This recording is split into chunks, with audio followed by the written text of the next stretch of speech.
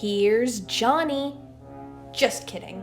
Welcome to the Horror Corner, the channel where you can find book and movie comparisons, spooky theories, Easter eggs, and much more on Stephen King's work. In today's video, I will be reviewing the top 5 fandom theories for the most iconic horror movie of all time, The Shining. Though it's not exactly terrifying in a typical horror sense, it's certainly a scary idea in its own unique, relatable way. What's scariest of all about The Shining is the lack of answers Stanley Kubrick gives his audience. Ultimately, it's the mysterious nature of this movie that makes it such a thrilling watch. Before we jump into the theories, be warned that there will be spoilers. If you haven't watched The Shining yet but would like to, then I suggest you do that first and then come back to the video. Here we go! Number 5. The Shining inspired the movie Frozen. Now, I know what you're thinking. How can a Disney princess movie be anything similar to a rated R horror film? Well, their similarities go much deeper than being based in cold, snowy places. Both Frozen and The Shining feature a protagonist that harms a family member, and they both then isolate themselves to try and get over their issues. In The Shining, months before the Torrance family arrives at the Overlook, Danny makes a mess in Jack's office at their home in Vermont, which causes Jack to fly into a drunken rage and break Danny's arm. He admits to this in the hotel when he talks to Lloyd the bartender's spirit in the gold room. Not to mention, when Danny walks out of room 237 and shows his mother the fatal beatings on his neck and rips in his sweater, Wendy immediately assumes it was Jack who had done this, given his abusive past. Later in the movie, he attempts to beat Wendy with a baseball bat and kill his son with an axe. The whole reason behind staying at the Overlook Hotel was so Jack could cure his writer's block and get over his severe alcoholism. That went well, right? In the movie Frozen, Queen Elsa accidentally harms her sister Anna when they were kids playing innocently. She isolates herself in her room for years and refuses to interact with anyone because she believes she is a danger to the outside world. When Elsa grows older, she rages at Anna on Coronation Day for asking permission to marry Prince Hans, a man she had met earlier that day. The sisters begin arguing and do not stop until Elsa decides to run away and isolate herself on a mountain where no one could find her. Or so she thought. When Anna finds her ice palace later in the movie, Elsa rages again when her sister tells her she needs to come back home to Arendelle and stop the winter. The queen strikes Anna's heart with ice and conjures a snowy beast that threatens anyone who gets in its way. Number 4.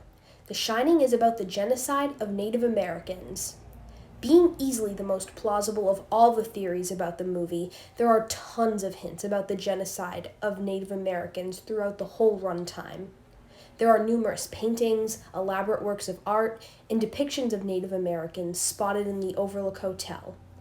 Jack says, "white man's burden" at the bar in a conversation with Ghost Lloyd, which references the Rudyard Kipling poem about white imperialists. Stuart Ullman even goes into detail with Jack at the interview about how the hotel was built on an Indian burial ground, which is a pretty huge giveaway. On an Indian burial ground, and I believe they actually had to repel a few Indian attacks as they were building it. Some say this could be a reasonable explanation behind the bloody elevator scene, and I agree with this theory 100%. It only makes sense that the blood could be left over from the bodies buried under the hotel. Number 3. Theseus and the Minotaur connection. As Jack has his hedge maze, just like how the Minotaur has its labyrinth, many viewers have pointed out the connection between The Shining and Theseus and the Minotaur. At the climax of the movie, Jack chases Danny through the hedge maze and tries to kill him with an axe. When trying to escape the maze from his father, Danny retraces his steps and covers them up with extra piles of snow so that Jack is not able to follow them. In the mythological Greek tale, Theseus escapes the labyrinth by following back a ball of twine that he had been unwinding as he walked. This could be a second meaning to the sign outside the gold room that advertises the unwinding hours. Another theory that may be a bit far-stretched could be Kubrick's reason behind Jack's creepy glares and funny stances throughout the movie. In some scenes, like when Wendy locks her husband in the pantry, Jack stares into the distance with a lowered head and eyes pointed up, which is similar to how a bull, and in this case the Minotaur, charges at an object or animal. The Minotaur is said to be half human, half beast, and Wendy and the audience are given a clear visual of a scary creature in one hotel room. Number 2. It's really about the mirrors. Stanley Kubrick has this thing with mirrors in his film adaptation that have left people thinking about it 40 years later. At the very beginning of the movie, when the Torrances are settled in the Overlook, Kubrick tricks his audience into thinking that the camera focused on Jack waking up in the morning is a normal shot until we see the mirror frame. He has a long conversation with his wife about having déjà vu that was only really seen through the mirror. When Danny first uses The Shining, he talks to his finger friend Tony and has disturbing visions of the hotel's past in front of a mirror. Also, the woman in room 237 that Jack first notices her rotting into a disturbing corpse is seen through a reflection in the bathroom. Danny's red rum graffiti can only be read correctly through a mirror. Jack has his first psychotic breakdown and does something crazy every time he walks by a mirror on his way to the gold room. Delbert Grady slyly manipulates Jack into turning against his family in front of bathroom mirrors. And even the open establishing shot of the film is a lake reflecting on the mountains. Let's suppose the Overlook Hotel itself is a mirror that brings the evil powers and supernatural forces within it to haunt the seasonal caretakers and their families. Could this be what Stanley Kubrick is trying to tell us without really telling us? Let me know what you think in the comments below. Number 1. There are no ghosts in Stanley Kubrick's production. Okay, so I personally disagree with this theory because I feel as though it turns against Stephen King's original storyline. I thought that this theory should be left for last because it is very mysterious and a little hard to fully understand. Some theorists say that there are no supernatural abilities present throughout the entire film because it is clearly spelled out at the interview when Stuart Ullman states that solitude and isolation are a major problem for some people. This is exactly what happened to Jack and the former caretaker, Delbert Grady. It is thought that everything from this interview is a blueprint for what happens to Jack later in the film, because there would be no need for ghosts to make him go mentally insane if Mr. Torrance is susceptible to this mentally unstable condition, given his severe alcoholism. Another idea is that Danny's imaginary friend Tony is not a spiritual being and is nothing more than a 5-year-old kid using his imagination and simply creating his own sort of fun.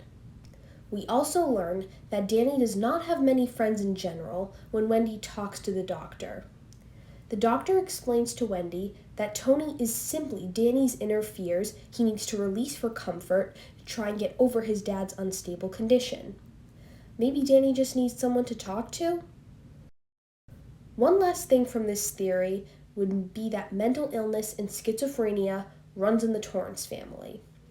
This is interesting because Jack sees and hears ghosts throughout the film, like Lloyd the bartender, Delbert Grady, and the woman in 237. Notice that when Jack talks to Lloyd, and then Wendy runs in crying, Lloyd suddenly disappears. Could this be that Jack is schizophrenic and Wendy doesn't know? Or maybe being an alcoholic causes appalling brain damage that leads to frequent hallucinations? When Danny has disturbing visions of the blood in the elevator and the sisters, there could be a logical explanation as to why he thinks like this. Danny could possibly take after his father's mental instability, and if you know anything about Stephen King's sequel to The Shining, Dr. Sleep, we learn that the young Torrance boy gets involved with alcohol and becomes addicted, just as his father did. So, alcoholism definitely runs in the family. Thank you all so much for watching, and if you liked the video, be sure to hit that like button right smack, and if you didn't like the video, also make sure to hit like. Let me know in the comments down below which theory you think is the most interesting. I would love to hear what you have to say. Feel free to add any other questions, comments, or concerns regarding The Shining or Stephen King in general. Also be sure to turn that red subscribe button gray with post notifications on to see more from my channel, or you'll float too. Thanks again, and I'll be back next weekend. Bye guys!